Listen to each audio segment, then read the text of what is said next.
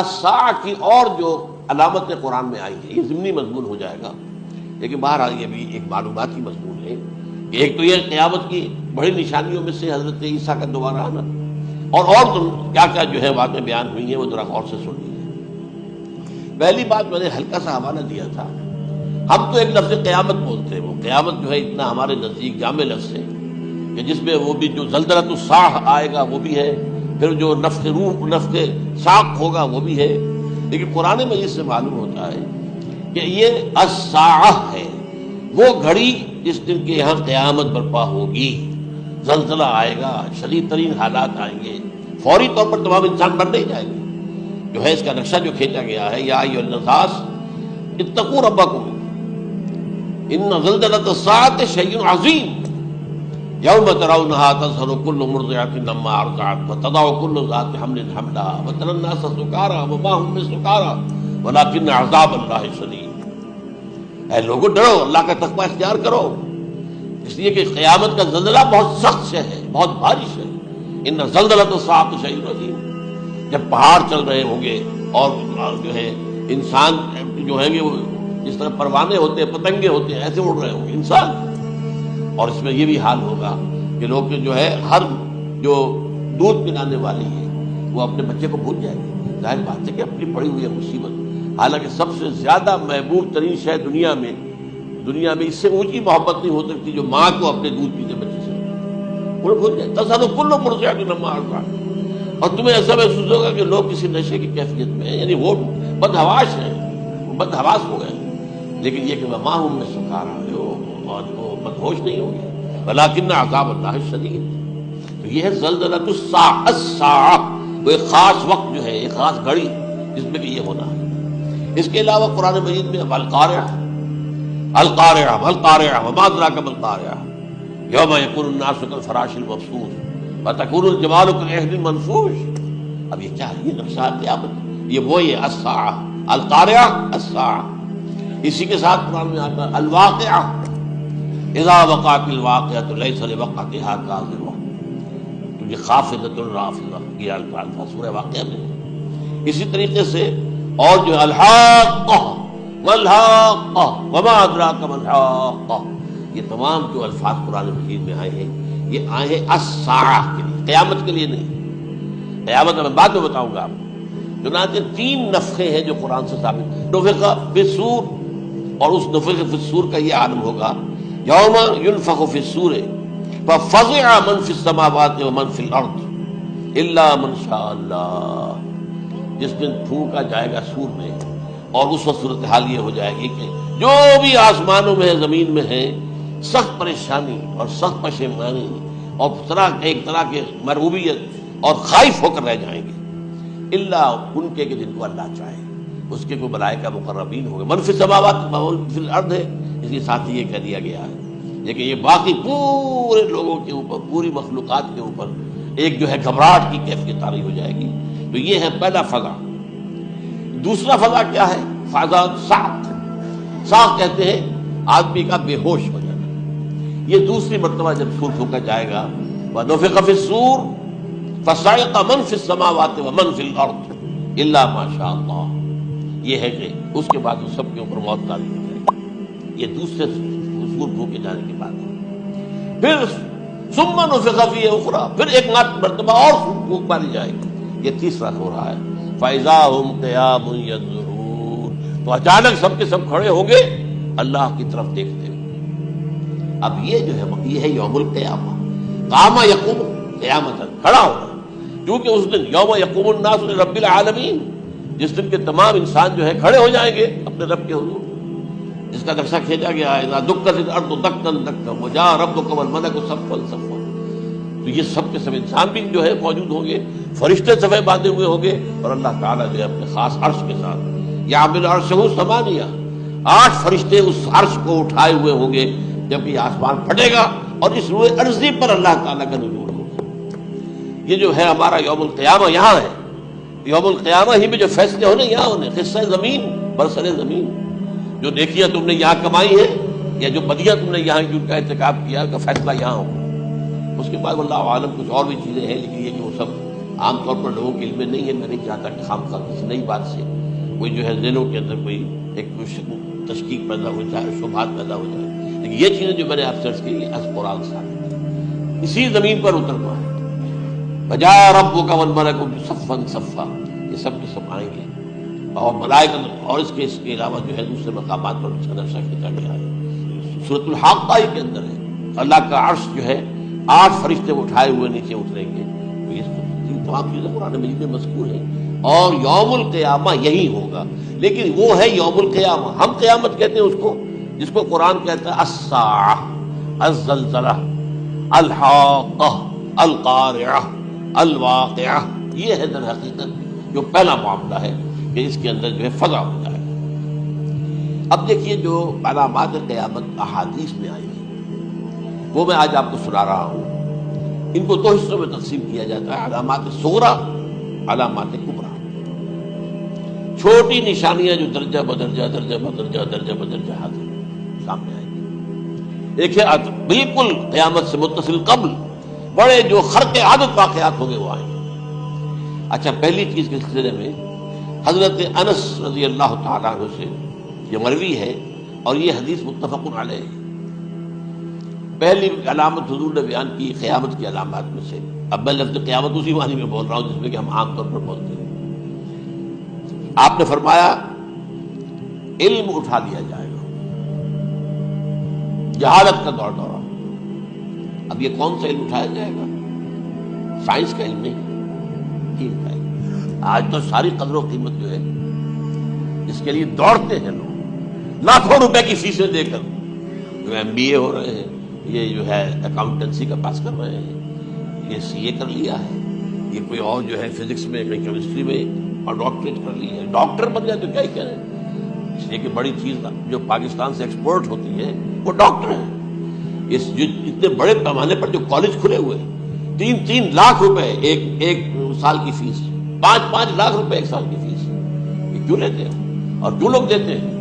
کہ موقع مل جاتا ہے MBBS کر کے. امریکہ کے اندر بھی ڈیمانڈ ہے، ان کے ہاں ڈاکٹر جو ہیں جتنے ہونے چاہیے نہیں ہے، لہذا اور بھی بہت سی جگہوں پر ڈیمانڈ ہے. تو جس چیز کی مارکیٹ میں ڈیمانڈ ہے وہ علم ہے. آج علم کمپیوٹر کا علم ہے، علم ہے. حالانکہ ان میں سے کسی کے اوپر لفظ علم کا اطلاق میرے نزدیک غلط جہالت ہے. علم وہ ہے جو ذہن کو جلا دے، جو سوچ کو جلا دے، روشنی پیدا کرے، دماغی روشنی، وسعت دے، انسان کے فکر کو وسعت دے، اس کے ذہنی جو ہے جو افق ہے اس کو وسیع کرے. علم تو وہ ہے جو حقیقت کے کیا علم بھی اس سے عطا فرمائے.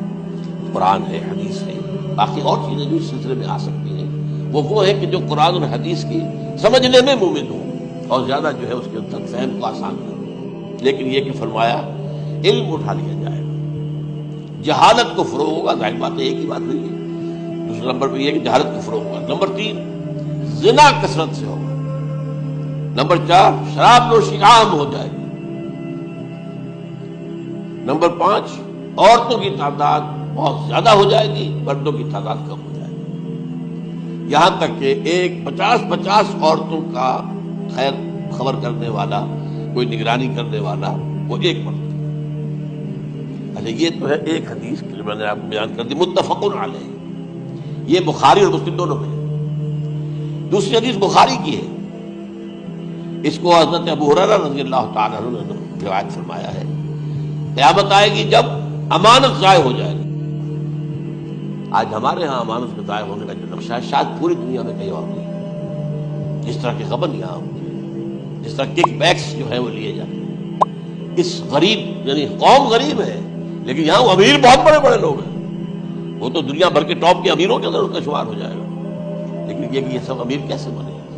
غبن بلین ڈالر. اب تو اس سے کم کی تو بات ہی نہیں ہوتی. فلاں نے اتنے بلین جو ہے پیسے اپنا جو ہے قرضہ معاف کرا لیا. بھائی کون کرتا ہے معاف؟ یہ کسی کے باپ کی جاگیر ہے. یہ پیسہ بینک کے اندر حکومت کا ہے کہ حکومت کو اختیار ہو گیا ان کو رائٹ آف کر دے، ان کے جو ہے ان کی جائیدادیں کرو ضبط. لیکن ہوتا کیا ہے، بینک آفیسر بے ایمان ہے. وہ کہتا ہے 1 کروڑ کا قرضہ لے جاؤ، 10 لاکھ مجھے دے جاؤ، چاہے تم میرے پاس کوئی ڈاکومنٹ جو ہے ایسے نہیں دے سکتے. حالانکہ ہونا چاہیے. اتنا بڑا قرضہ لے رہے ہو تو ڈاکومنٹس یہاں پر ہمارے سامنے لاؤ کہ اگر تم نہ دے سکو تو ہم ڈاکومنٹس کے ذریعے سے تمہاری جائیداد، تمہاری کوئی جاگیر، تمہاری کوئی اور چیز کو قبضہ کریں. جب وہ وقت آتا دیکھتے تو یہ ڈاکومنٹس ہی فیک ہیں. اللہ اللہ کیا کرے گا کوئی؟ بینک کا باپ بھی واپس نہیں لے سکتا. اور یہ سب کس کی بے ایمانی ہے؟ وہ جو بیٹھا ہوا بینک مینیجر, سارا سودا اس کے ماں باپ کا. 1 کروڑ ہے نا, 10 لاکھ مجھے 90 تم لے جاؤ. باقی یہ کہ ٹھیک ہے میں تمہارے جو ڈاکومنٹس تم پیش کرے سب کوئی اعتراض نہیں کرتا, بس جاؤ. اور نمبر 2, حکومت نااہلوں کے سپرد ہو جائے گی. یہ ہے امام بخاری کی روایت کردہ روایت جو حضرت ابو ہریرہ سے. مسلم شریف میں ابو ہریرہ رضی اللہ تعالیٰ عنہ سے ایک اور روایت ہے, مال عام ہو جائے گا یہاں تک کہ زکوٰۃ قبول کرنے والا کوئی نہ ہوگا. یہ بات وہ ہے جو آج سعودی عرب اور UAE کے اندر آپ کثرت سے دیکھیں. دولت جو ہے وہ ریل پیل. ابھی تھوڑا سا آیا ہے معاملہ خاص طور پر دبئی میں, کیونکہ وہاں بہت زیادہ کنسٹرکشن ہو رہی تھی. تو پوری دنیا میں آپ کو معلوم ہے کہ جو ریئل اسٹیٹ کہلاتا ہے اس کا حال بہت پتلا ہے, لیکن وہاں پہ دولت ریل پیل ہے ہر جگہ. اور سب سے اہم متفق علیہ روایت. متفق علیہ کیا, وہ تو حضرت عمر سے بھی مروی ہے, ابن عمر سے بھی مروی ہے, ابن عباس سے بھی مروی ہے, ابو ہریرہ سے بھی مروی ہے, عبداللہ ابن مسعود سے بھی مروی ہے رضی اللہ تعالیٰ عنہ اجمعین. اور یہ وہ حدیث ہے جسے کہا جاتا حدیث جبرائیل, جسے ام السنہ بھی کہا گیا.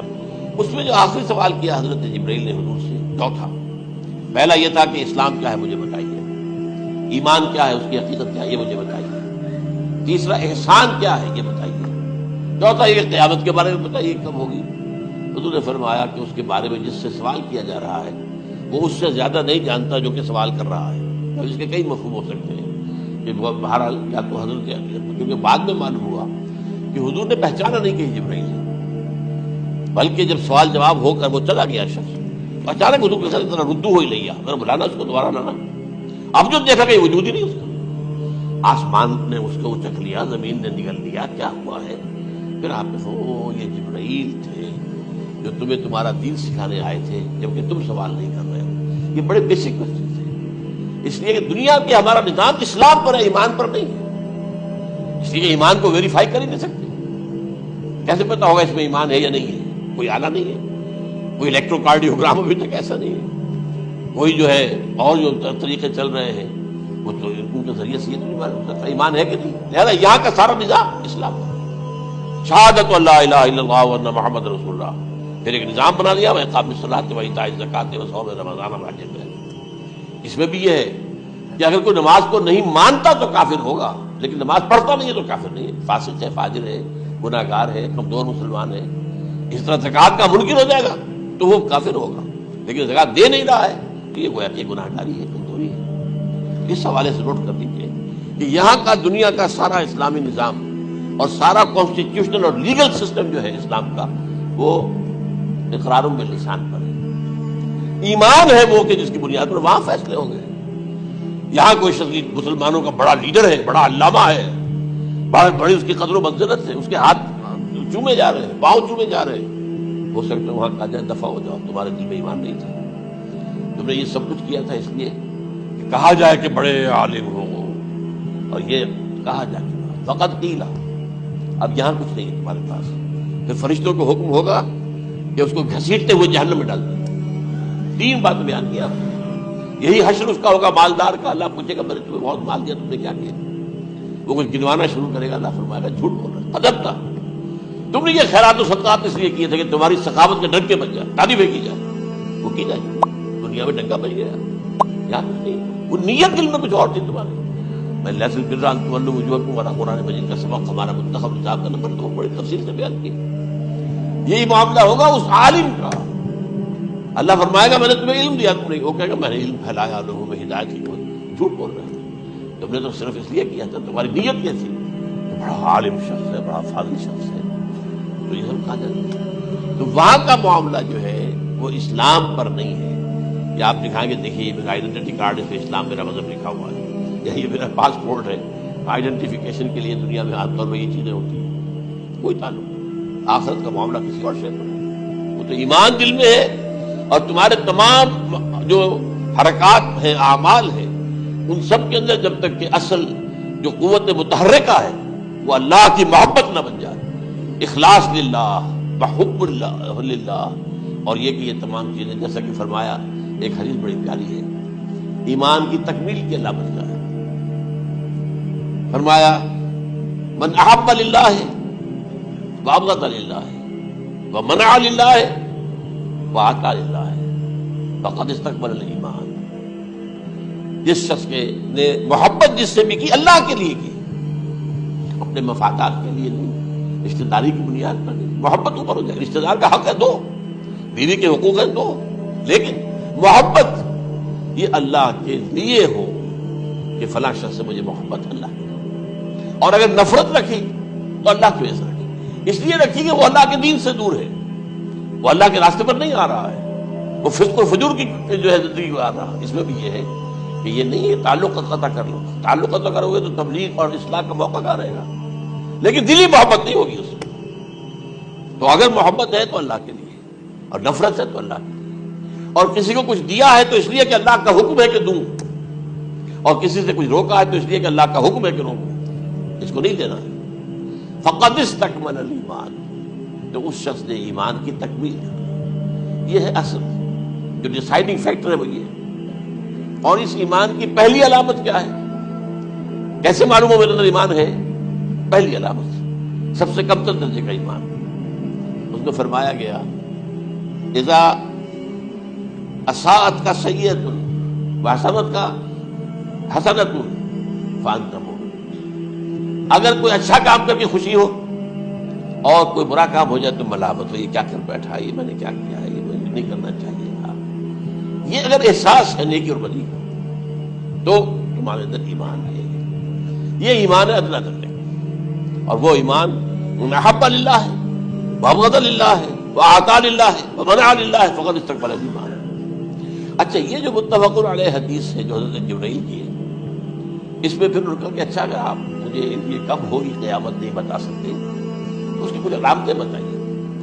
یہ بڑی عظیم تھا، کیونکہ یہ تو تمام احادیث کے اندر میں نے عرض کیا نا کہ سب سے زیادہ صحابہ سے منقول ہے. اور آپ نے فرمایا کہ جب لونڈی اپنی مالکہ کو جنے گی اور تم دیکھو گے کہ ننگے بدن ننگے پیر بھوکے ننگے بھیڑوں اور بکریوں کو چلانے والے اونچی سے اونچی عمارتیں بنانے میں ایک دوسرے کا مقابلہ کریں. اذا تلد الامۃ ربتھا، کیا بات ہے؟ یہ خاص الفاظ کیوں کہے گئے؟ اولاد والدین کے سامنے دب کر رہتی تھی، کبھی سینہ تان کے بات نہیں کرتے تھے. ٹھیک ہے، بات آپ مان نہیں سکتے، ابا جان یہ بات تو میں نہیں کر سکتا. یا فرض کیجئے کہ وہ آپ کو کسی نیکی سے روک رہے ہیں، کسی دینی کام سے روک رہے ہیں، ابا جان یہ تو میں نہیں کروں گا، یہ تو دین کا فرض ہے. یہ کہیں آپ اور ڈٹ کر کہیں اور جمیں اس پر، لیکن یہ کہ کوئی سرکشی کا انداز نہیں. ایسا نہ ہو کہ اپنے جناب سینے کو تان کر کے کھڑے ہو جائے، میں نہیں کروں گا، یہ نہیں، یہ غلط ہے. اچھا، اولاد میں بیٹی جو ہوتی تھی وہ زیادہ سبارڈینیٹ، سبمسیو، بات ماننے والی، کہیں بھی سر اونچا نہ کرنے والی. اور آخری دور میں کیا ہوگا؟ بیٹیوں سے مائیں ڈریں گی، انہیں ٹوک نہیں سکتی کسی بات پر، پتہ نہیں کیا وقت دے، کیا بکواس کر دے. یہ تو ہمارے یہاں ہو گیا ہے، باہر کیا ہے تو آپ یہ بھی نہیں پوچھ سکتے. آپ کی 13 برس کی لڑکی آئی ہے رات کو 1 بجے، نہیں پوچھ سکتے کہاں رہی، یہ رات کہاں گزاری، پوچھ ہی نہیں سکتے. یہ پوچھنا بھی جرم ہے.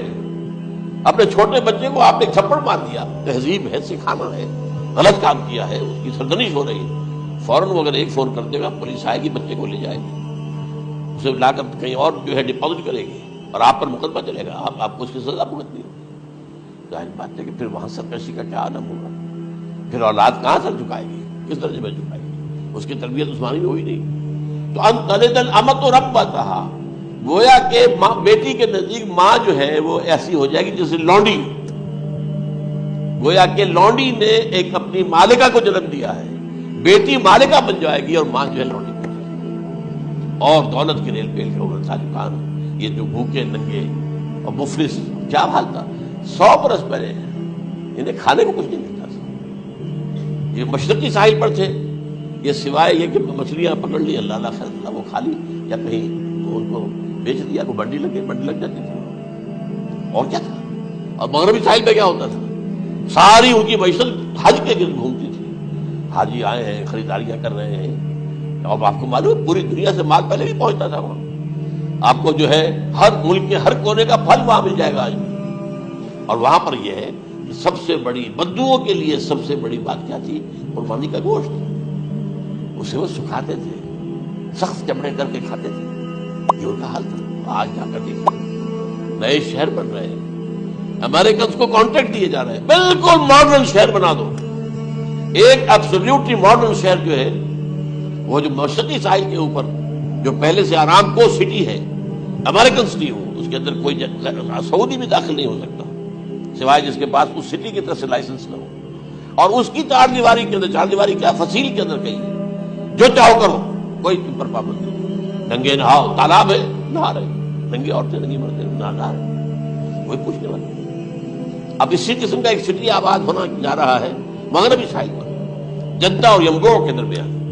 اور اس میں اصل میں جتنی بھی دولت ہے جو پیٹرول کی ہے وہ وہیں پر رکھ لی جاتی ہے امریکہ کے اندر, تاکہ امریکہ جو ہے ایسے ایسے پروجیکٹ بنا کر جب تمہیں دے گا تو اس میں سے پیسے دے گا, وہ نہیں ملتی تو واپس. بہرحال یہ تو میں نے ایک جگہ آپ سے ذکر بھی کیا تھا, دی کنفیشنز آف این اکنامک ہٹ مین.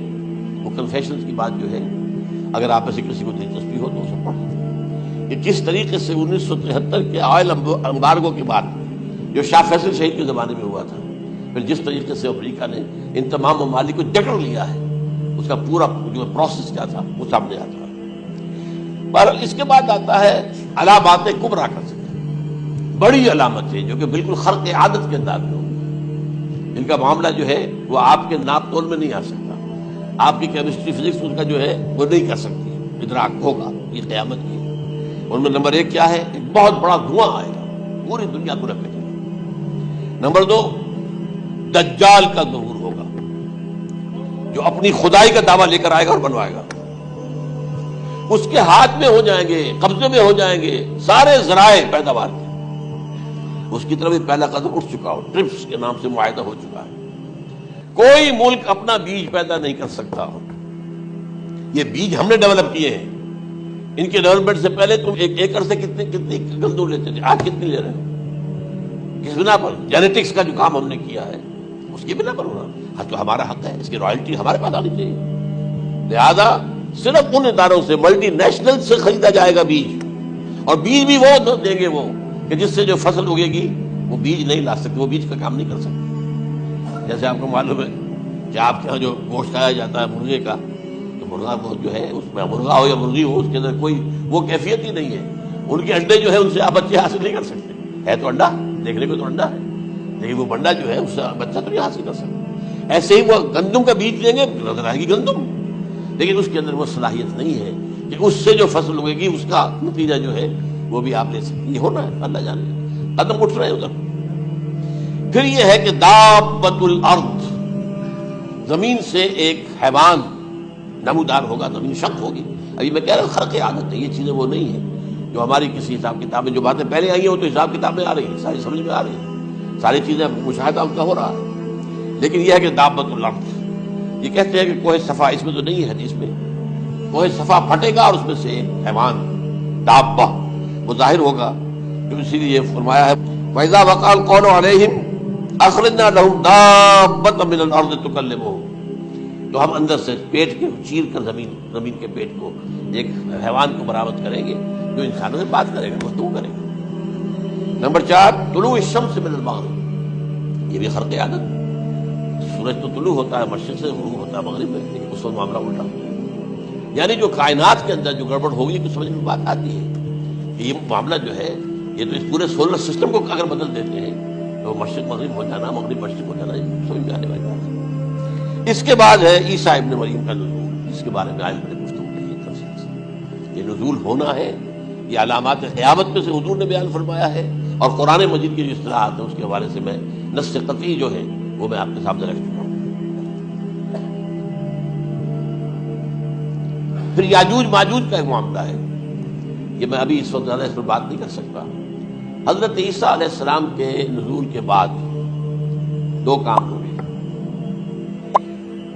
یہودیوں کا قلع قمع ختم, تمام یہود, ایک کام تو یہ ہوگا. اور نمبر 2 عیسائیت کا ختم ہو جانا. عیسائیت کی نفی کر دیں گے, بھائی تم مجھے خدا کا بیٹا بنائے بیٹھے ہو, میں تم خدا کا بیٹا نہیں ہوں, میں تم کا بندہ ہوں, رسول ہوں. میں نے تم سے کب کہا تھا کہ مجھے خدا کا بیٹا بناؤ؟ نمبر 2 یہ کہ وہ خنزیر کو قتل کر دیں گے. یعنی یہ تم نے خنزیر کب سے کھانا شروع کر دیا؟ میں تو تم کو نہیں کہا، اجازت دے کر گیا تھا. یہ تو شریعت موسوی میں حرام تھا اور میں کہہ کر گیا تھا کہ یہی شریعت تم پر لاگو رہے گی. ہاؤ کم تم نے کیسے کی؟ آج بھی بہت سے رومن کیتھولکس جو ہے وہ سور نہیں کھاتے. وہ اس میں ہے ان کے اندر کچھ نہ کچھ بات جو ہے جو حضرت عیسیٰ کی تعلیمات کا کچھ اثر ان کے ہاں ہے. اس کے بعد یہ ہے کہ یاجوج ماجوج جیسے میں بتا رہا تھا آپ کو کہ جب عیسائیت بھی ختم ہو گئی، یہود ویسے ختم ہو گئے، استیصال ہو گیا، جڑ کٹ گئی. اب عیسائیت گویا کہ اسلام میں ضم ہو گئی. عیسائیت مذہب ختم، یہودی خود ختم. اب یہ طاقت کتنی ہو جائے گی؟ تقریباً 2/3 میں آ گئی. تمام اب عیسائی 2 ارب کے قریب ہے، 1 ارب 90 لاکھ ہو گئے، 90 کروڑ ہو گئے. یا مسلمان بھی 1 کروڑ 50-60 لاکھ ہے. دونوں کو جوڑنے کے کتنے ہو گئے؟ 6 ارب کل آبادی ہے. لیکن اس کے بعد آتا ہے یاجوج ماجوج کا خروج. یہ یاجوج ماجوج میرے نزدیک چائنا اور رشیا ہے. ان کی مجموعی طاقت اتنی ہوگی اور یہ اس طرح آئیں گے ہر اونچائی پر سے اترتے ہوئے، پھسلتے ہوئے. جیسے 1962 میں جب وار ہوئی تھی بٹوین چائنا اینڈ انڈیا 1962 میں، تو وہ اس وقت کا شب جو آج بھی اخبارات میں پڑھتا تھا تو یاد waves after waves of Chinese soldiers were coming down the slopes of Himalayas. یہ تو وہ ہے نا جن کی تعداد کا کوئی حساب نہیں ہے. اور رشیا اور یہ مل کر جو ہے، میرا اندازہ یہ ہے کہ جب پہلے ملحمۃ العظمیٰ ہوگی وہ عیسائیوں اور مسلمانوں کے درمیان، اس وقت یہ دونوں پاورز نیوٹرل رہے گی. لیکن غالباً یہ بات طے کر لیں گی کہ ویپنز آف ورلڈ جو ہے ماس ڈسٹرکشن یہ استعمال مت کرنا.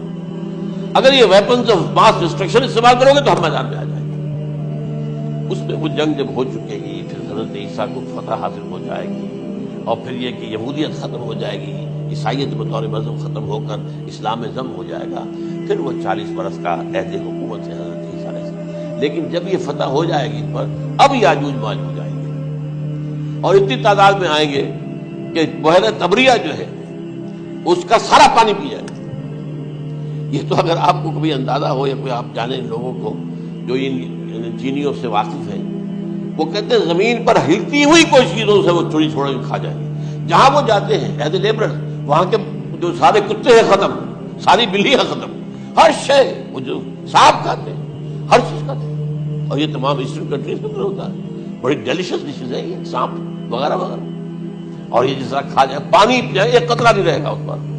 تو پھر جو ہے اللہ تعالیٰ اس وقت جو ہے اس میں ایک ایسی بیماری پیدا کرے گا کہ یہ سب مر جائے. یہ معجزے سے ہوگا.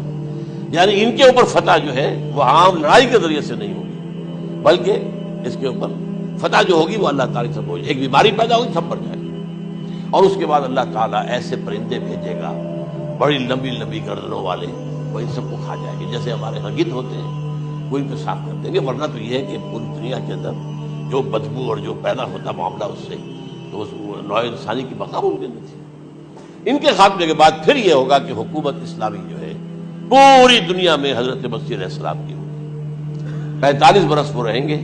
اسی میں وہ کہلن بھی آ جائے گا. وہ فی المہد و کہلن جو میں نے شروع میں بیان کیا تھا، اسی میں پھر یہ ہے کہ وہ شادی بھی کریں گے، ان کی اولاد بھی ہوگی. اور پھر ان کا انتقال ہوگا تو حضرت حضور صلی اللہ علیہ وسلم کے حجرے میں، وہیں پر جہاں حضور اور ابو بکر اور عمر رضی اللہ تعالیٰ عنہ دفن ہے، وہیں پر دفن کیا جائے. اور قیامت کے دن حضور فرماتے ہیں کہ میں اور یہ تینوں ساتھ ہیں. تو یہ ہے حالات و واقعات. بہرحال اس میں یہ ہے کہ یہ نوٹ کر لیجئے کہ جہاں تک ہمارے ہاں آج کل کا معاملہ ہے، میرے نزدیک میں یہ کہنے پر مجبور ہوں، جو رفع و نزول مسیح کو نہیں مانتا وہ کم سے کم منکر حدیث ضرور. میں اس سے کم کا فتویٰ نہیں دے سکتا. اب یہ ہے کہ جو لوگ مہدی کو نہیں مانتے ان کا معاملہ میں مختلف سمجھتا ہوں. چند منٹ لے رہا ہوں آپ کے، اس لیے کہ ان کی حدیثیں صحیحین میں نہیں ہیں، بخاری مسلم میں نہیں ہیں. اور یہ کہ بہرحال ان کا معاملہ جو ہے وہ ایسا نہیں ہے حضرت عیسیٰ کا. حضرت عیسیٰ کے آنے کا جو کچھ ہوگا وہ تو میں نے آپ کے سامنے بیان کر دیا. لیکن یہ ہے کہ حضرت مہدی ہمارے نزدیک اس میں خرق عادت کوئی ہے ہی نہیں. جیسے ہر صدی کے مجدد ہوتے ہیں، آخری صدی کے مجدد وہ ہوں گے، اور میرے یہی آخری صدی ہے اور اسی میں حضرت مہدی کا ظہور ہو جانا. سعودی عرب میں کوئی خانہ جنگی ہوگی کسی بادشاہ کے انتقال پر، اور پھر اس وقت یہ ظاہر ہوں گے، اس وقت ملک کے حالات کو سنبھالنے کے لیے لوگ ان کو زبردستی نکالیں گے، چھپے ہوئے ہوں گے ایک گھر میں۔